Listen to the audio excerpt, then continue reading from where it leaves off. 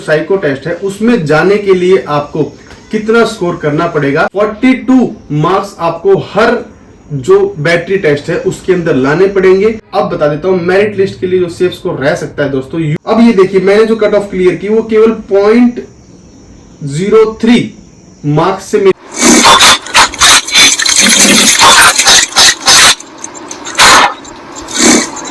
Hello भाइयों, नमस्कार, स्वागत है आपका अपने चैनल एएलपी रवि चौहान में। उम्मीद कर रहा हूं कि आप जो अपनी तैयारी एएलपी सीबीटी 2 की कर रहे हैं वो अच्छी चल रही होगी। कुछ मन में सवाल होंगे, कुछ मन में डर होगा, कॉन्फिडेंस पूरा तरह से नहीं होगा। आज मैं बात करूंगा सारी चीजें, आपका कॉन्फिडेंस भी बिल्डअप हो जाएगा और जो मेरा एक्सपीरियंस है मैं आपके साथ में शेयर करूंगा।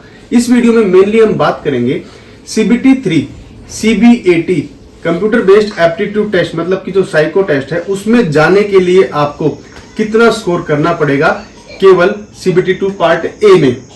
वही मेन मेरिट में अपना नंबर अगर लाना चाहते हो कि आपका मेन लिस्ट में ही नाम आ जाए तो आपको कितना नंबर लाने पड़ेंगे, इनमें डिफरेंस है दोस्तों। ये दोनों लिस्ट जो मैं बताने वाला हूं ये डिफरेंशियल रहेंगी।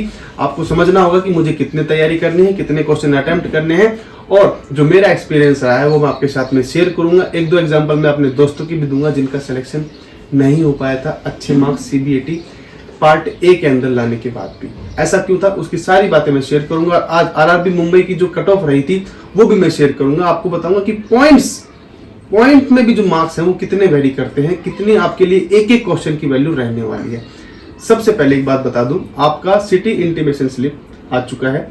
आप देख लीजिए कि आपका एग्जाम कहाँ होने वाला है।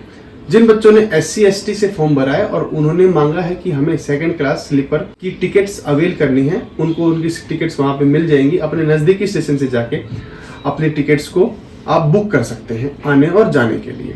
अगर आप जनरल या OBC से बिलोंग करते तो आप भी अपनी सिटी के अकॉर्डिंग अपना देख लीजिएगा एग्जाम कब है और उसके अकॉर्डिंग ही टिकट्स को बुक कर दीजिए, क्योंकि वेटिंग की टिकट्स भी मिल सकती हैं आपको। पहले जितना जल्दी करेंगे उतना जल्दी आपको टिकट्स वेटिंग क्लियर होने की संभावनाएं रहेंगी। टिकट बुक कैसे करनी है? आपका एग्जाम अगर कल सुबह की शिफ्ट में है तो आपकी गाड़ी कल एक दिन पहले शाम तक पहुंचनी चाहिए। इस तरह से आपको टिकट्स को बुक करना है। बिल्कुल कट टू कट, ऐसा नहीं कि 2 घंटे पहले पहुंच रही है, 3 घंटे पहले पहुंच रही है। नहीं दोस्तों, बिल्कुल भी आप ये गलती मत कीजिएगा। ये आपके लाइफ का सवाल है, ये आपके फ्यूचर का सवाल है। मैंने जो टिकट बुक की थी वो एक दिन पहले बुक की थी। मैं आराम से जो होटल वगैरह बुक किया था, एक लॉज वगैरह बुक किया था 700-800 रुपए में, और वहां पे आराम से सोया नींद भर और फिर सुबह फ्रेश होके आराम से अपने जो एग्जाम सेंटर है वहां पे पहुंचा था। तो बिल्कुल इसी तरह से आप भी भगदड़ मत कीजिएगा, माइंड को स्टेबल रखिए। ये आपके लाइफ का एक बहुत ही अनमोल पल है, इसको भगदड़ में बिल्कुल भी बिताना नहीं है। RRB JEE CBT 2 के एग्जाम का आपने वीडियो देखा होगा, बच्चों को 7 मिनट के बाद एंट्री नहीं मिली। थोड़ा सा गलत हुआ, उनकी जो रेगुलर ट्रेन है जो टाइम पे आती थी वो उस दिन लेट हो गई 5-6 घंटे। क्या करें, उन्होंने मार्जिन तो लेके चले थे। तो आप एक दिन पहले बिल्कुल अपनी जो ट्रेन है वो ये सोचिएगा कि आपका अराइवल उससे 12 से 13 घंटे पहले हो, ऐसा मान के चलिए। अब बात कर लेता हूं आपकी कॉन्फिडेंस कैसे बिल्डअप होगा। आप जो इस वीडियो को देख रहे हो जिनका ALP CBT 2 का एग्जाम है, सबसे पहले मैं ये बता दूं कि आप कोई नॉर्मल बच्चों में से नहीं हो, ठीक है? मतलब आप शक्तिमान भी नहीं हो, आप उन बच्चों में से छट के आए हो। एलिमिनेशन पहला राउंड आपने क्लियर किया है और आप 15 बच्चों में से एक हो। एक सीट के लिए 15 बच्चे चाहिए, आप उन 15 में से एक हो। केवल आप एक सीट के लिए 15 बच्चों में से फाइट कर रहे हो। मतलब आपको अभी पूरी दुनिया भर की जनता जो कंपटीशन था 1.5 करोड़ 2 करोड़ उनसे कोई मतलब नहीं रहा है। आपको 15 बच्चों में से 14 बच्चों को एलिमिनेट करके आगे बढ़ना है। ये है आपके लिए कॉन्फिडेंस बूस्ट करने वाली बात। पहली चीज, इतनी मेहनत करनी कि 14 से आप आगे निकल जाओ। अभी CBT 3 एप्टीट्यूड टेस्ट के लिए इतनी मेहनत भी नहीं करनी कि आपको 14 बच्चों को पिछाड़ना है, बिल्कुल नहीं करना। क्यों? क्योंकि आपको पता है कि CBT 2 से CBT 3 में 15 में से 8 बच्चे जाने वाले हैं। मतलब अभी उनको जितनी सीट्स जहां पर हैं उससे 8 गुना बच्चों को लेना है।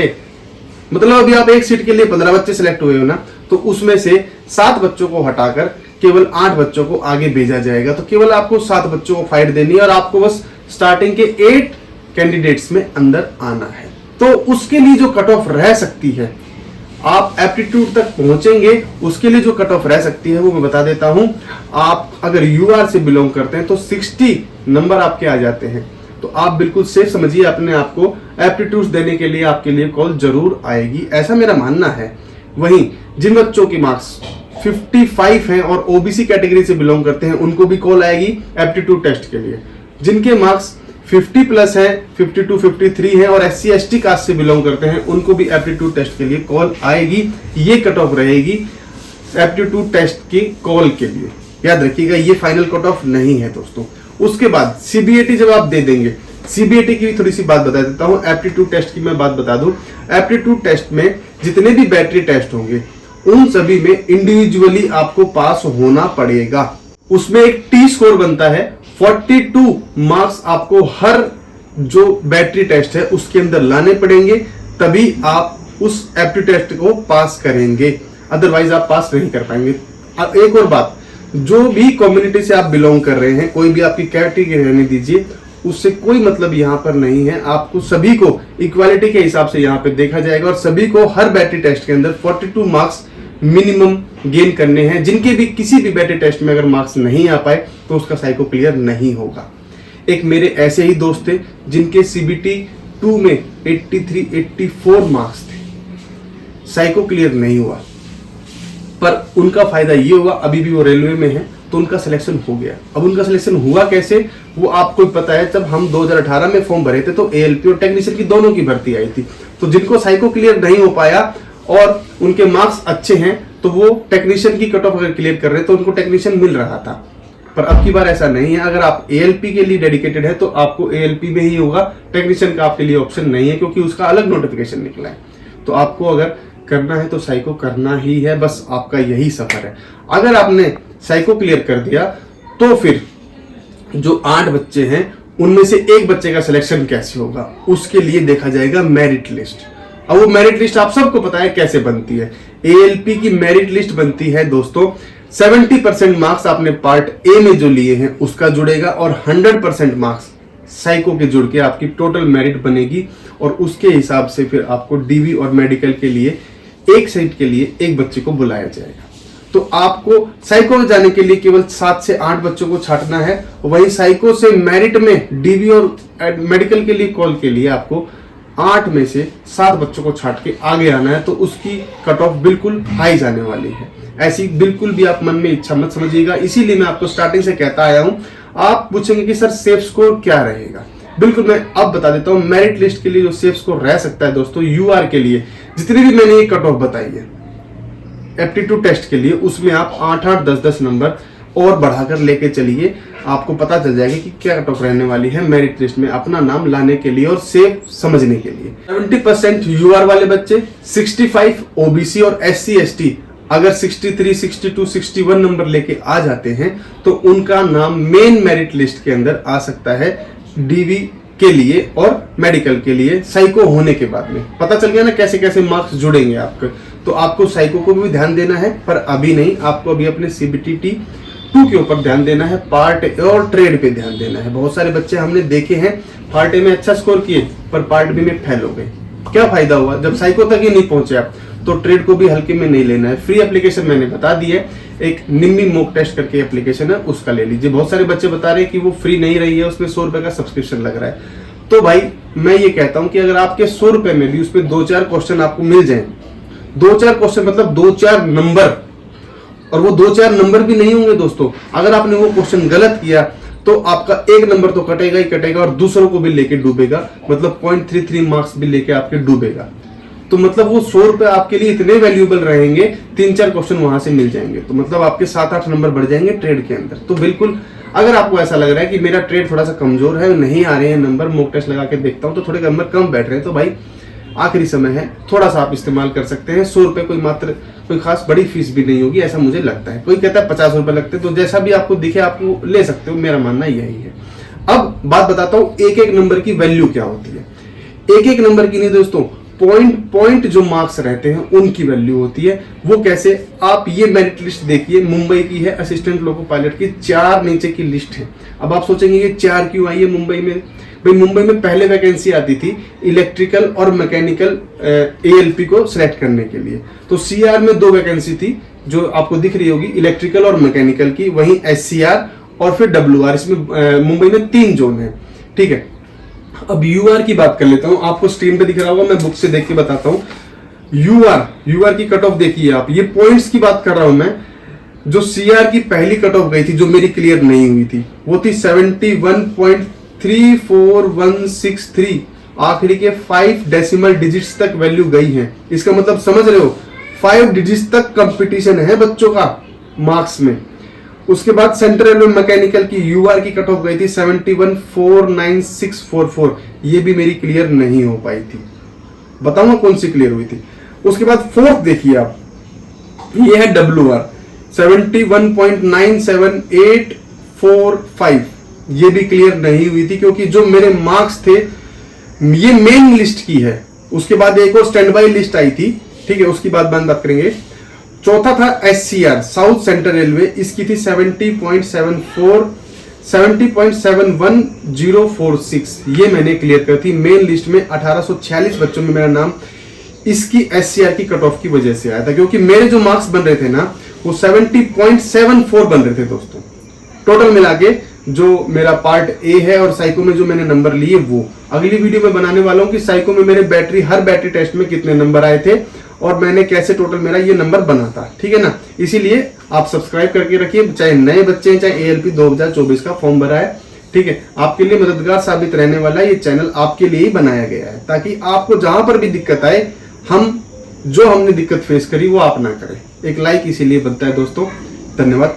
अब ये देखिए, मैंने जो कट ऑफ क्लियर की वो केवल 0.03 मार्क्स से मेरी ये कट ऑफ क्लियर हुई और मुझे असमंजस रहा। मैंने ऐसे बहुत सारे टीचर्स जो कि पढ़ाते थे उनको रात में फोन करता था, सर मेरे इतने नंबर बन रहे हैं, मेरा कट ऑफ क्लियर है क्या मैं मेन लिस्ट में आऊंगा, क्योंकि पता चल गया कि पहले मेन लिस्ट आने वाली है। तो मैंने फोन करना चालू किया 3-4 दोस्तों को और 3-4 टीचर्स को, सर ये आप पढ़ाते हैं, बार बार बताते हैं, क्या मेरा नंबर इतने बन रहे हैं, मैं मेन लिस्ट में आऊंगा या नहीं आऊंगा, आप बता दीजिए प्लीज। वो कहते तुम्हारे एससीआर में क्लियर हो गया है, तुम्हारा मेन लिस्ट में नाम है, मेडिकल क्लियर कर दे, तुम्हारा सिलेक्शन जरूर पक्का हो गया है। ये थी। ऐसी तरह SC ST की, इसी तरह OBC की आप देख लीजिए, पॉइंट्स की वैल्यू है। तो ये मैं सब कुछ क्यों बता रहा हूँ, इतने 5 डिजिट्स का पॉइंट्स की वैल्यू मैं क्यों बता रहा हूँ, उसका रीजन ये है दोस्तों, आपको जब एग्जाम देने जाना है तो अपने माइंड को बिल्कुल शांत रखना है। पार्ट ए में जब भी आप क्वेश्चन करने बैठेंगे तो एक एक क्वेश्चन को वैल्यू देनी है, गलत कहीं पे भी कुछ भी नहीं करना है, जो भी आ रहा है उसको सही सटीक करना है। 4-5 क्वेश्चन मेरे आते आते इतना दुख हुआ ना मुझे, जब बाहर निकला मैं, आते आते क्वेश्चन मेरे गलत हुए 4-5 क्वेश्चन, ठीक है, नहीं तो 75-76 नंबर मेरे बन जाते। रियलिटी बता रहा हूँ दोस्तों, ऐसे ऐसे क्वेश्चन मैथ के आते आते गलत हो गए, क्योंकि टाइम बाउंड था। मैं ज्यादा मॉक टेस्ट नहीं लगा पाया था स्टार्टिंग से, क्योंकि उतना वेरिएशन, उतनी अवेयरनेस नहीं थी जितनी अब की बार बच्चों में है, ठीक है।